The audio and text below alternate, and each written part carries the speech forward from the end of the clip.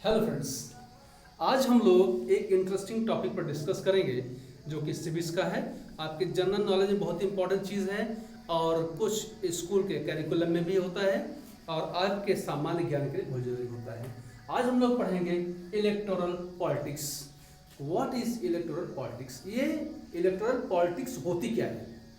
चुनावी राजनीति जिसको हिंदी में बोलते हैं, ये क्या होती है? तो चुनाव, सबसे पहले तो आवश्यकता इस चीज़ की, चुनाव होते क्यों हैं। देखिए, जितने भी प्रजातांत्रिक देश हैं, लगभग दुनिया में 100 से ज़्यादा ऐसे देश हैं जहाँ पे प्रजातांत्रिक व्यवस्था है और वहाँ पर चुनाव होता है। और चुनाव होता है एक स्पेसिफिक टाइम के बीच में, फिर से चुनाव इलेक्शंस होते हैं। जो सरकार रहती है, जो विपक्ष रहता है, सब जा करके एक स्पेसिफिक टाइम के बाद, कहीं कहीं पर 4 साल है, कहीं देश पर 5 साल है, किसी किसी देश में 6 साल है, तो इतने समय के अंतराल के बाद सबको फिर जनता के पास जाना पड़ता है चुनाव के लिए, यानी हमको वोट दीजिए इसके लिए जाना पड़ता है। इलेक्टोरल पॉलिटिक्स जो है बहुत ही इंपॉर्टेंट है, बहुत ही जरूरी है। किसके लिए? एक प्रजातंत्र के लिए। अच्छा, चुनाव जरूरी क्यों है? अब एक विचार की बात है। मान लीजिए आज प्रधानमंत्री बनने की होड़ है, हमारे यहाँ चुनाव होने वाले लोकसभा के 2024 में 25-30 पार्टियां हैं, सब जुटी हुई हैं, जोर लगा रही हैं कि कौन प्रधानमंत्री बनेगा। अच्छा, अगर इलेक्शंस ना हो तब क्या होगा? उधर से लालू निकलेंगे, उधर से नीतीश निकलेंगे, उधर से ममता निकलेंगी, उधर से केजरीवाल निकलेंगे, उधर से शरद पवार, जितने नेता हैं सब बड़े बड़े अपने अपने छत्र जो अपने अपने पार्टियों के हैं सब निकलेंगे और सब कहें मैं प्रधानमंत्री बनूंगा। तो सब प्रधानमंत्री बन सकते हैं। एक ही पद पर कितने लोग एक बार रह सकते हैं? एक ही पद पर एक समय में एक ही व्यक्ति रह सकता है। तो इस समस्या को हल करने के लिए संविधान निर्माताओं ने क्या किया कि भैया ऐसी कंडीशन हो, जबरदस्ती वाली कंडीशन ना हो, सबको चुनाव में भेज दो, जो चुन करके आएगा वही अपनी सरकार को बनाएगा। तो इलेक्शंस जरूरी इसलिए हैं कि इलेक्शन से जनता अपने अपने प्रतिनिधियों को चुनती है और वो प्रतिनिधि जो होते हैं एक दल के होते हैं और जिस दल के ज्यादा लोग होते हैं वो जाकर अपनी सरकार बनाते हैं।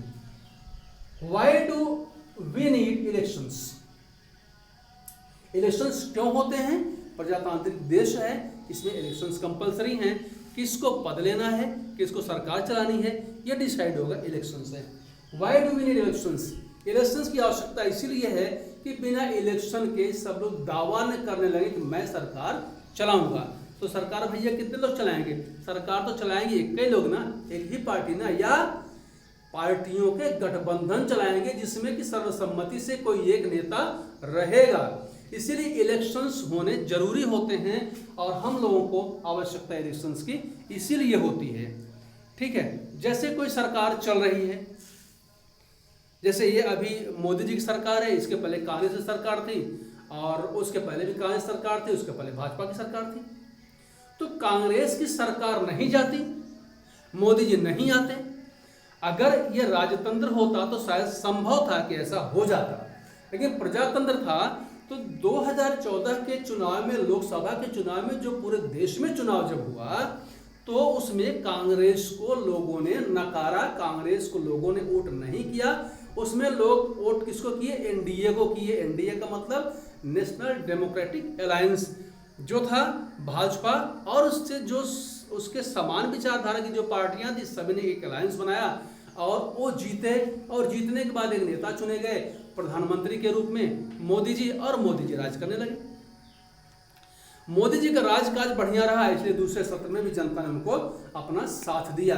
तो इलेक्शंस होते इसलिए हैं कि जो सत्ताधारी दल है वो दल, भाई कोई भी आदमी सत्ता क्यों छोड़ेगा? अगर इलेक्शंस नहीं होगा तो कोई सत्ता छोड़ेगा नहीं। केजरीवाल कहेंगे नहीं, मैं दिल्ली का मुख्यमंत्री रहूंगा, भैया नहीं छोड़ूंगा, दिल्ली का मुख्यमंत्री रहूंगा ही। तो छुड़वाना पड़ेगा कैसे? जब वो जनता के बीच में जाएंगे तब वो छूटेगा उनका, या नहीं छूटेगा अपने अपने काम के ऊपर है। जैसा जो काम करता है उसी तरह से पुरस्कार पाता है जनता के द्वारा। What make an election democratic? देखिए, इलेक्शन डेमोक्रेटिक हो कैसे? इलेक्शन जो है, कोई भी चुनाव बिल्कुल ही लोकतांत्रिक कैसे हो? अब ये सोचने की बात है। जब संघर्ष हुआ इटली में और जर्मनी में ये संघर्ष चल रहा था कि वोटिंग का सिस्टम नवीन तरीके से कैसे, मॉडर्न तरीके से कैसे शुरू किया जाए। काफ़ी दिक्कतें हुई। हालांकि हिंदुस्तान में प्रजातंत्र बहुत ही पहले से है, सदियों से यहाँ पर रहा है। जब प्रागैतिहासिक काल की बात करें तब से यहाँ प्रजातंत्र रहा है। लेकिन मॉडर्न समय में जो प्रजातंत्र की शुरुआत हुई है उसमें क्या कहा गया, शुरुआत में क्या हुआ कि कुछ स्पेसिफिक लोग ही वोट करेंगे, यानी जो लोग एजुकेटेड होंगे, यानी जो लोग इस एज को अटेन कर चुके होंगे, यानी जो एजुकेटेड होंगे उसके बाद भी जिनकी ये क्वालिफिकेशन होगी, यानी इस पद पर होंगे, वोट करेंगे। तो जो यूनिवर्सल फ्रेंचाइज है, यूनिवर्सल फ्रेंचाइज का मतलब क्या होता है, सभी को वोट देने का अधिकार जो है वो मिलना चाहिए। तो सभी को वोट देने का अधिकार हो, एक स्पेसिफिक एज रखी गई। जैसे अपने यहाँ के 18 साल के बाद हर व्यक्ति वोट कर सकता है। अच्छा, वोट कर सकता है, लेकिन हर व्यक्ति के वोट का वैल्यू एक ही होगा, ठीक ना। अगर वोटिंग करेगा तो वोटिंग में क्या होगा कि उसकी जो वैल्यू होगी वो एक वोट की वैल्यू एक ही होगी, दो नहीं होगी। चाहे गरीब हो, अमीर हो, अनपढ़ हो, पढ़ा लिखा हो, सरकारी नौकरी में हो, प्राइवेट नौकरी में, कोई फर्क नहीं पड़ता है, लेकिन सबके वोट का वैल्यू एक ही है। ये है हमारे इलेक्शन को डेमोक्रेटिक बनाता है, यानी यूनिवर्सल फ्रेंचाइज है। यूनिवर्सल फ्रेंचाइज है, इसका मतलब यह है कि 18 साल के ऊपर सभी पुरुष स्त्री जितने भी जेंडर के हैं, फेमिन हैं और मेल जेंडर्स हैं या न्यूट्रल जेंडर है, जितने भी हैं सब वोट करेंगे। यूनिवर्सल फ्रेंचाइज में यह सब वोट करने का अधिकार है और सबके वोट का वैल्यू एक ही है। किसी व्यक्ति का एक वोट दो वोट नहीं गिना जाएगा। ये हमें एक डेमोक्रेटिक बनाती है। और क्या होता है, इलेक्शंस में हमारे सामने चॉइस होती है। एक ही सीट पर, एक ही जगह पर, एक ही कॉन्स्टिट्यूएंसी में कई नेता लड़ते हैं, कई कैंडिडेट लड़ते हैं और कई पार्टियां लड़ती हैं। तो हर कैंडिडेट जो है अपनी अपनी बात बताता है कि मैं क्यों अच्छा कर सकता हूं, मुझे आप क्यों चुनाव करिए, मैं आपके लिए ये कर सकता हूं। पार्टियों से जो आपके आते हैं प्रतिनिधि, वो प्रतिनिधि ये अपनी पार्टियों का एक पूरा का पूरा विचारधारा लेके चलते हैं। भाई मेरी पार्टी की विचारधारा ये है, अगर हम देश में या प्रदेश में जीते हर जगह और हमने सरकार बनाई तो हमारी सरकार की नीति है, हम इन चीज़ों को इम्प्लीमेंट करेंगे। ठीक है, तो जैसे कोई भी सरकार आती है तो पिछली सरकार के कामकाज को चेंज करती है। अभी इलेक्शन हुए कर्नाटक में, तो कर्नाटक में कांग्रेस सरकार आ गई। वहां पे कुछ कानून जो थे भाजपा सरकार ने बनाए थे और कांग्रेस ने वादा किया था कि मैं आऊंगा तो इन कानूनों को पलट दूंगा, इनको चेंज कर दूंगा और नई सुविधाएं मैं आपको दूंगा। तो लोगों ने क्या किया कि उनकी आश्वासन को जो है आकृष्ट हुए, वहां पर लोग गए और उन्होंने कांग्रेस की सरकार को चुनी। भाजपा वहां से सत्ता के बाहर हो गई। अब कांग्रेस ने आते ही क्या किया कि जो अपने घोषणा पत्र थे उनको इम्प्लीमेंट करना शुरू कर दिया। ठीक है, तो ये इलेक्शंस होते हैं। अगर कोई भी व्यक्ति एक बार सत्ता में आ गया और इलेक्शंस नहीं होंगे तो वो व्यक्ति सत्ता को नहीं छोड़ेगा। सत्ता का सुख बड़ा खराब होता है, मैं कह रहा हूं ना, लेकिन उनके लिए बड़ा मजेदार होता है। ठीक है, तो what make an elections democratic, इस तरह से हमारे इलेक्शंस डेमोक्रेटिक होते हैं, पूरी तरह से प्रजातांत्रिक होते हैं। हर व्यक्ति को अपने विचार के व्यक्ति को चुनने का अधिकार है, हर व्यक्ति को अपने हिसाब से मत देने का अधिकार है।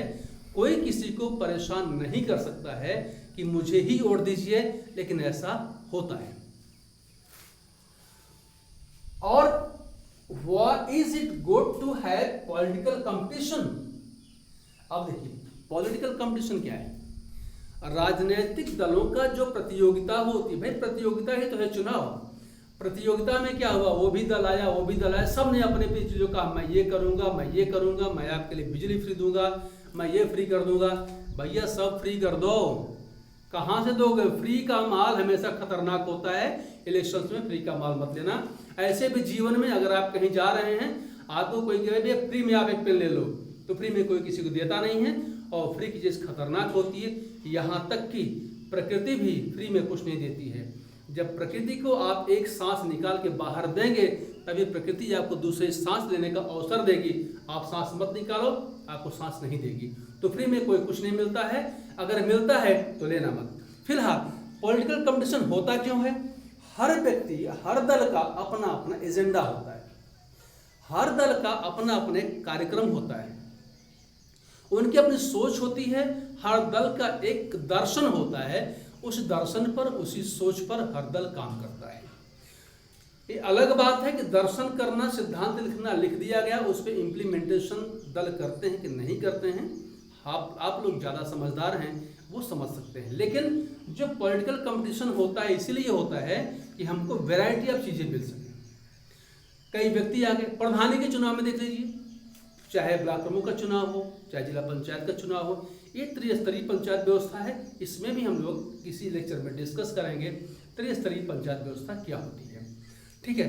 तो ये चीज़ें हैं कि यानी कंपटीशन तभी होगा जब हमको हमारे हिसाब से चीज़ें मिलें। जैसे मार्केट में आप जाइए, आपको शर्ट लेना है तो शर्ट आप अपने हिसाब का लेंगे, एक दुकान में जाएंगे, दो दुकान में जाएंगे, तीन दुकान में जाएंगे। अच्छा, हर शर्ट बनाने वाली कंपनी अपने शर्ट को अच्छा बनाती है, बहुत अच्छा बनाती है, लेकिन उसकी बहुत अच्छी चीज़ हमको नहीं पसंद आती है। हम दूसरी कंपनी की बहुत अच्छी चीज़ देखते हैं, वो भी नहीं पसंद आती है। हो सकता है किसी और कंपनी की बहुत अच्छी नहीं, थोड़ी कम अच्छी चीज़ हमको पसंद आ जाए। भाई हमारी पसंद की बात है, हमको पसंद आया, हमने उसको ले लिया।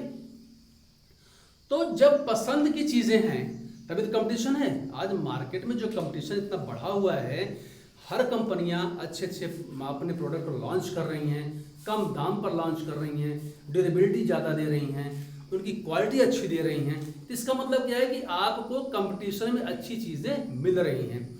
लेकिन भैया पॉलिटिक्स में भी वैसी है, कई लोग, कई नेता आपके पास आते हैं, अपनी अपनी बातों को रखते हैं, आप उनके व्यक्तित्व को समझते हैं, परखते हैं, उनकी शिक्षा दीक्षा समझते हैं, उनके इतिहास भूगोल क्या है, कहाँ के हैं, कैसे हैं, क्या इनका रहा है, ये सब समझते हैं, और उसके बाद हम वोट करते हैं। नहीं, कंपटीशन एक होता है जिसमें हम अच्छी चीज़ों को सिलेक्ट कर सकते हैं। लेकिन दुर्भाग्य हमारे देश का रहा है कि हमने कंपटीशन में, इलेक्टोरल कंपटीशन में, चुनाव के कंपटीशन में अच्छे प्रतिनिधियों का चुनाव नहीं किया। हमने उन्हीं का चुनाव किया जो भ्रष्ट थे, क्योंकि भ्रष्ट पर चुनाव करना हमारी मजबूरी ये थी कि हमको विश्वास कर लेते हैं उनके ऊपर।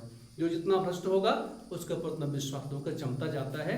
ये प्रजातंत्र की एक कमी है। हम लोगों को ये सोचना चाहिए कि जो व्यक्ति अच्छा है वही पॉलिटिक्स में आए। पॉलिटिक्स एक ऐसी चीज़ है, राजनीति एक ऐसी चीज़ है कि जो पूरी दुनिया को चलाती है। आप डॉक्टर हों, इंजीनियर हों, बिजनेसमैन हों, किसी भी क्षेत्र में बहुत आगे हों, आपकी सारी की सारी चीज़ें को संचालित करता है केवल राजनीति। यदि राजनीति में अच्छे लोग आते हैं तभी राजनीति अच्छी होगी, राजनीति में गंदे लोग आएंगे तो राजनीति गंदी होगी। ये हम सभी मतदाताओं को ध्यान देने की आवश्यकता है।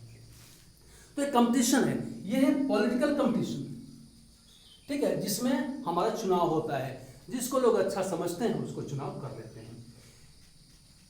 What is our system of elections?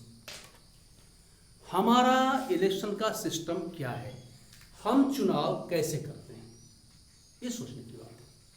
भाई इतना बड़ा देश है, देश में कई प्रदेश हैं, प्रदेश भी बड़े बड़े हैं, उनमें चुनाव कैसे होगा? तो चुनाव के लिए एक स्पेसिफिक पैमाना बनाया गया। लोकसभा के लिए एक पैमाना बनाया गया, विधानसभा के लिए पैमाना बनाया गया। भाई लोकसभा पूरे देश में होती है तो पूरे देश को जो है 543 भागों में बांट दिया गया। यानी जितनी सीटें हैं, जितनी सीटों पर डायरेक्ट चुनाव होता है, उतने पार्ट में हिंदुस्तान को, देश को बांट देते, इतने इतने गोल गोल पार्ट में बांट देते हैं।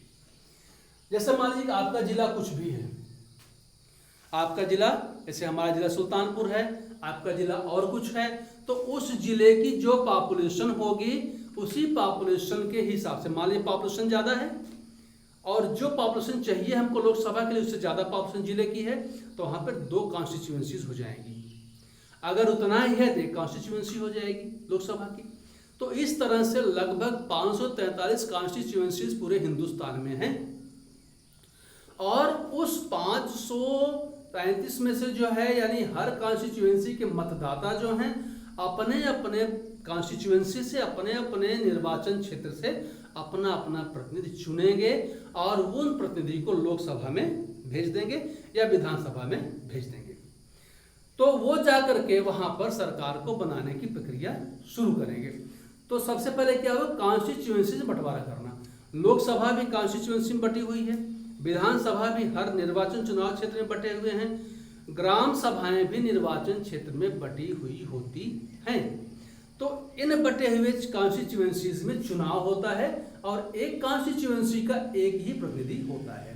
जैसे एक विधानसभा चुनाव क्षेत्र है तो उसमें एक विधायक होगा, एक लोकसभा का चुनाव क्षेत्र है उसमें एक सांसद होगा। तो इस तरह से अलग अलग जितने भी विधानसभा या लोकसभा के निर्वाचन क्षेत्र हैं वहां से उतने लोग चुन करके आएंगे। जैसे हरियाणा का एक उदाहरण हम लेते हैं, उस समय हम लोग पढ़ रहे थे, ये घटना है लगभग 1987 की घटना है। उस समय वहाँ पे कांग्रेस की चुनाव सरकार थी, 1982 में कांग्रेस वहाँ पे जीत के आई तो वहाँ सरकार थी। और 1987 में जो है वहाँ पर उस समय देवीलाल जी का बहुत बड़ा वो चल रहा था, लगभग देवीलाल जी